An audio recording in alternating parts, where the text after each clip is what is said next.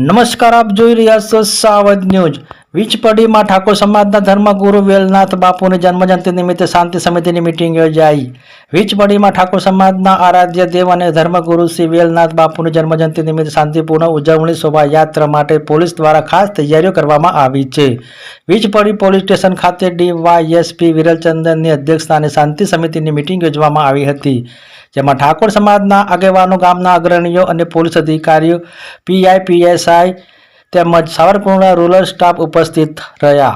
મીટિંગમાં જન્મજયંતિ શોભાયાત્રા કાર્યક્રમ દરમિયાન કાયદો અને વ્યવસ્થા જળવાઈ રહે, કોઈ અનિચ્છનીય બનાવ ના બને તે અંગે ચર્ચા કરવામાં આવી।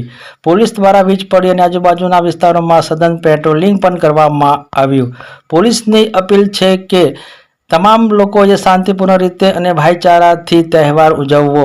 વિશેષ રિપોર્ટ સંજય વાઘેલા, અમરેલી જિલ્લા બ્યુરો ચીફ।